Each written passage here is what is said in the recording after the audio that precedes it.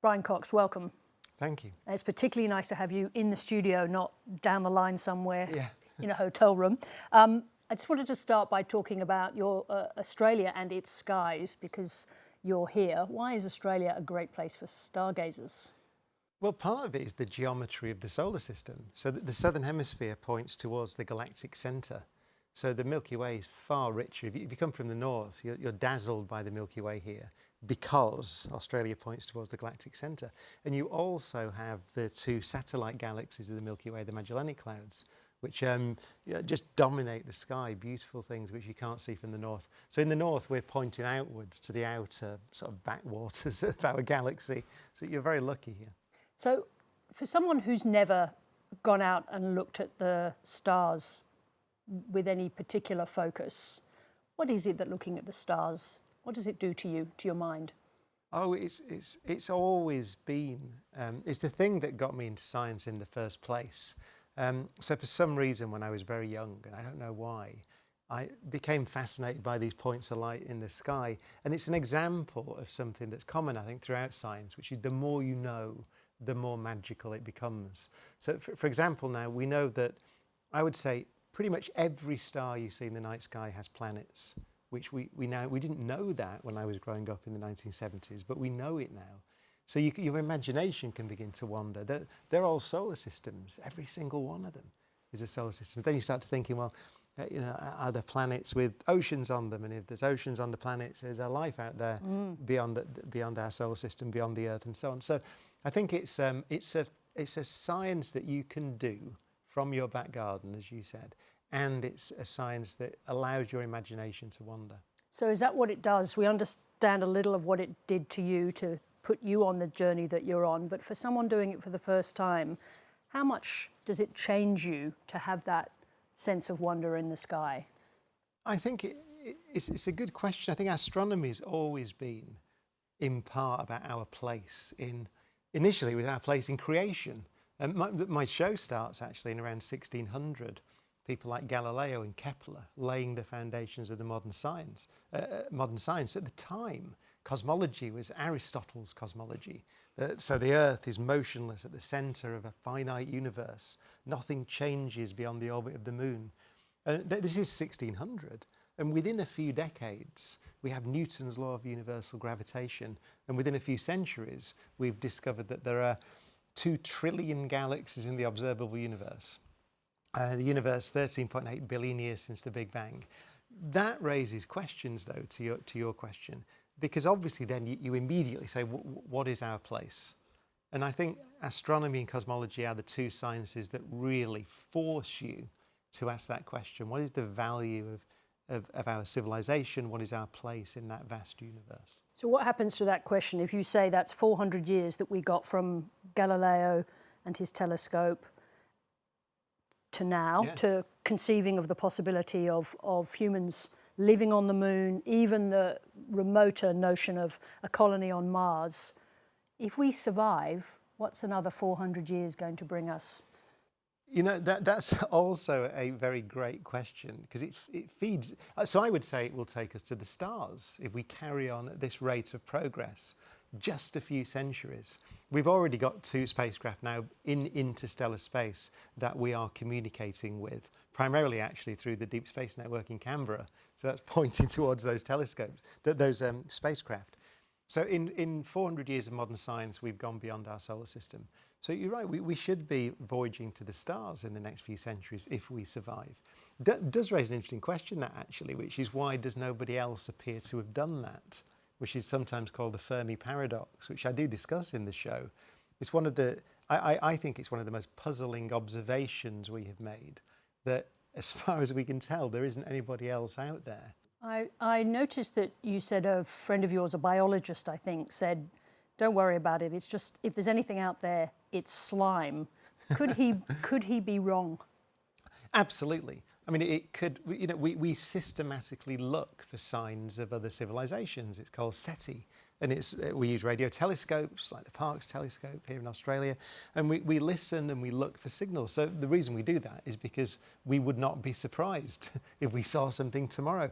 But it's actually, you said don't worry. It's interesting, you said don't worry, it's all slime. I would worry. If we are alone. Well, yeah, because then in some sense, I would say that we have the responsibility to allow meaning to persist in a galaxy of 400 billion suns. So we're the only intelligent civilization in this galaxy. That's a lot of weight on our shoulders. Yes, indeed. So I actually personally would perhaps be more relaxed about events here on Earth if there was somebody else carrying the torch as well. The show that you're doing here is called Emergence. What is the emergence of the title? It starts with the story of Johannes Kepler. So the idea that planets move in ellipses around the sun. This is Kepler. But in 1610, he wrote a book called The Six-Cornered Snowflake. And it's still available. I strongly recommend it. It's a beautiful book. And he just asked this question about snowflakes. Why are they all six-cornered? Why are they all similar? And it's actually an extremely deep question for many reasons. One is that it's a 20th century answer. It's to do with the water molecule and quantum mechanics and all these things we discovered in the 20th century. So he couldn't have answered it. But one of the most important things is that at the end of the book, he says, I don't know the answer. He writes, I leave it to you. It's actually to his benefactor, who he wrote the book to, but also to future generations to find out. And if you think about progress, I've seen it written that progress was invented pretty much around that time. Your real progress starts. It was talked about 400 years after that. We're, flying to the stars. But for progress, you need to accept there are things you don't know. Is that why you describe certainty as something brutish?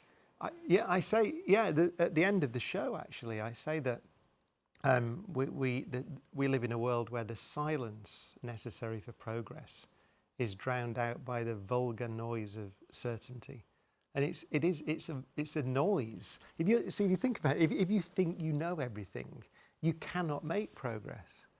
And the idea that was radical only a few centuries ago is really central to the show. I say right at the start, and we're going to focus on a lot of things that we don't know, because that's where the excitement is, and that's the reason the future will be better than the past, is because we accept that there are things yet to be known.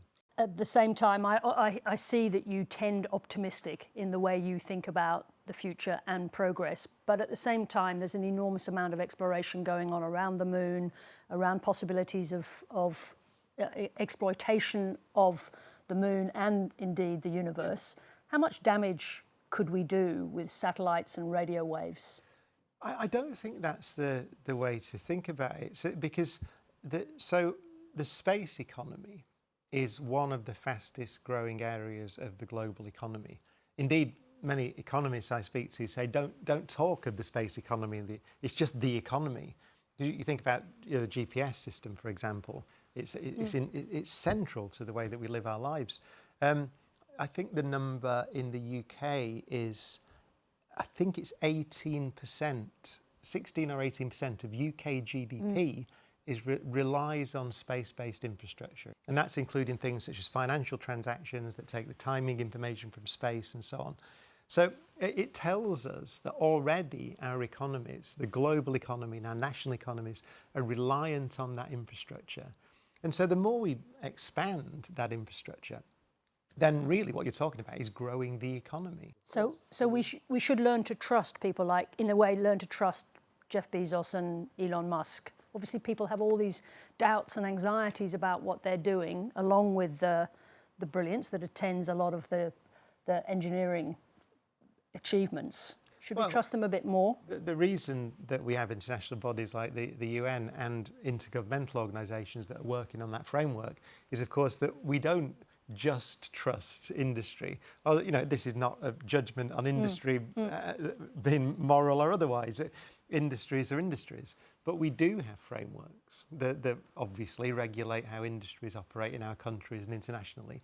And we need to make sure the right frameworks are there, because it's becoming, as I said, it's something like approaching a fifth of the UK economy reliant on that infrastructure. Then you begin to understand that there needs to be some. It's just like it's no different to the rules and regulations that govern international air travel or travel on the oceans. We understand that that's necessary. In fact, in some ways, you call me an optimist, so the optimistic take on it is that we are forced to collaborate and to operate as a world when we start to try to understand how we navigate the challenges of space. It makes no sense, does it? If you think about the International Space Station, for example, you think, well, it's in Australian airspace. If it goes, I don't know how often it goes over Australia, but it's in your airspace as a country for a few minutes. So it makes no sense to. But I take that as very positive because it forces collaboration on us. Brian Cox, thank you very much indeed for talking to us. Thank you.